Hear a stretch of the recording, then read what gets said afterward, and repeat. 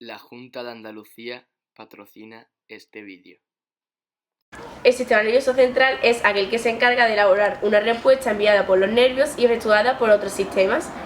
Anatómicamente, el sistema nervioso central está formado por el encéfalo y la médula espinal, ambos compuestos por varios millones de células denominadas neuronas. El sistema nervioso central está protegido por estructuras óseas y membranosas. Las estructuras óseas son el cráneo y la columna vertebral, y las membranosas, en conjunto llamadas meninges, son la dura madre, aracnoides y pia madre. El encéfalo es la parte del sistema nervioso central que se localiza en el interior del cráneo. Es el órgano que controla todo el funcionamiento del cerebro, tanto los actos voluntarios como los involuntarios, y también es el órgano encargado del pensamiento y del razonamiento. Anatómicamente, el encéfalo está formado por el cerebro, el cerebelo, los tubérculos cuadrigémicos y el bulbo raquídeo. El cerebro está formado por dos grandes hemisferios, es la parte de mayor tamaño y se aloja en su totalidad dentro del cráneo.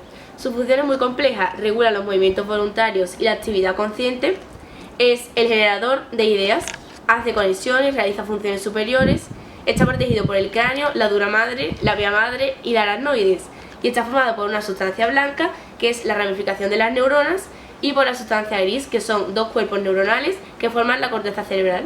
En el cerebro se alojan entre 10 millones y 14.000 millones de células. El bulbo raquídeo es el segmento más bajo del tronco del encéfalo, es llamado también la médula oblonga. Es la terminación de la parte superior de la médula espinal.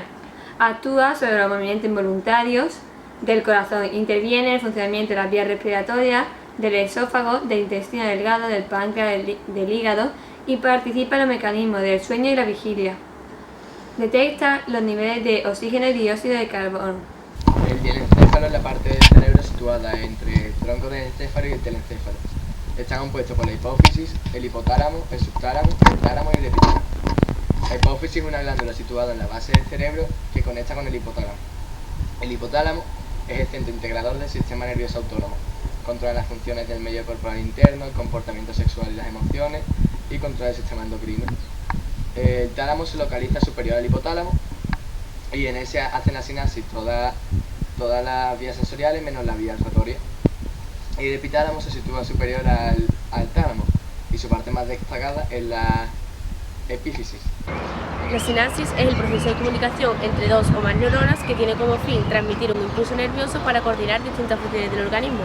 Se caracteriza por no tener contacto físico. El alcohol causa una alteración química en las neuronas, mientras en algunas sinapsis las señales se desarrollan con fluidez, en otras quedan bloqueadas. Mientras más bebamos, más afecta el alcohol a la sinapsis. Existe una cantidad de factores que influencian en cómo y hasta dónde el alcohol afecta al cerebro. Por ejemplo, cuánto y con qué frecuencia bebe la persona, la edad con la que comenzó a beber y la edad que tiene ahora, su estado de salud general, si corre algún riesgo como resultado de una exposición prenatal, o también la genética. El alcohol produce daño en el sistema nervioso, pues lesiona los lóbulos frontales del cerebro, disminuye generalmente el tamaño del cerebro y hay una deficiencia vitamínica derivada de la incapacidad de absorción de la vitamina B1. Esto puede provocar el síndrome conocido como encefalopatía de Wittgen, y caracterizado por la pérdida de memoria y falta de coordinación.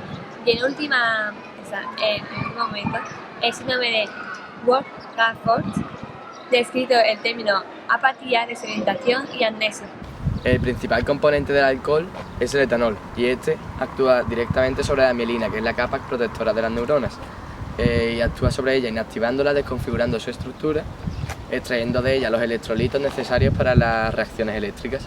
El alcohol afecta a la química cerebral al alterar los niveles de neurotransmisores químicos que transmiten las señales que controlan el pensamiento, los comportamientos y las emociones. Este alcohol aumenta los efectos del neurotransmisor GABA, lo que provoca movimientos lentos y dificultad para hablar. Ahora pasaremos a explicar los principales efectos que tiene el alcohol en nuestro sistema nervioso central. El primero de ellos es que produce ansiedad, depresión, agresividad y estrés.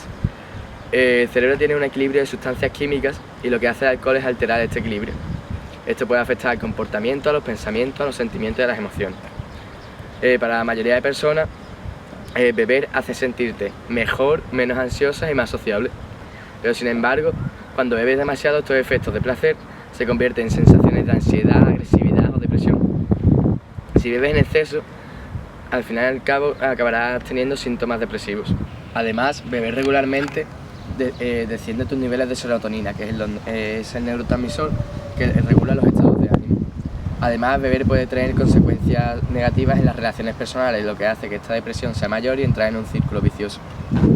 Algunas señales de que tienes problemas con el alcohol pueden ser las siguientes: que discutes o tienes comportamientos problemáticos a menudo después de beber alcohol, que tienes un bajo estado de ánimo constante, tienes insomnio, te sientes desanimado todo el tiempo, tienes ansiedad cuando no estás bebiendo o sufres algunas veces paranoias. Otro efecto es que impide el correcto desarrollo cerebral en adolescentes. Consumir grandes cantidades de alcohol en el cerebro puede producir dificultades para que éste se desarrolle completamente. Entonces, los déficits más notables son la dificultad en la capacidad de comprensión del lenguaje y el funcionamiento espacial visual, que no sabemos calcular las distancias.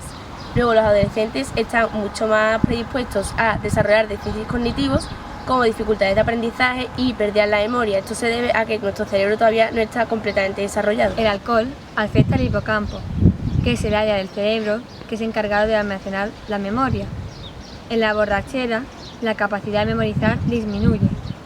Por ello, en la resaca no nos acordamos de lo que hicimos la noche anterior. Esta pérdida de memoria, a corto plazo, no supone daños cerebrales, pero la frecuencia sí. Continuas borracheras afectarán a nuestro cerebro y a la capacidad de memorizar. Otro efecto es la impulsividad córtex prefrontal. El córtex prefrontal regula la impulsividad e interviene en la organización del comportamiento. Cuando bebemos demasiado, se afectan estas zonas de conexión y provoca que se hagan cosas impulsivas que no se harían en situaciones normales.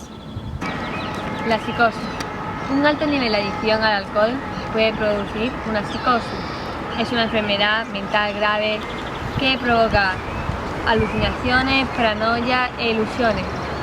Por otra parte, cuando la persona deja de beber repentinamente, puede sufrir un síndrome de abstinencia del alcohol, en el cual puede producirse dolor de cabeza, agitación, temblores graves, náuseas, vómitos, etc. Se produce debido a la habituación que se ha producido en el cerebro de la persona alcohólica. Cuando deja el alcohol se produce una sobreestimulación por parte del sistema adrenérgico y una agitación del psicomotriz. Ahora el doctor Medina nos va a hablar un poco del síndrome de Wernicke-Korsakoff. Buenas tardes, Patricia. Buenas tardes, doctor. Aproximadamente un 80% de los alcohólicos sufren una deficiencia de vitamina B, también conocida como tiamina.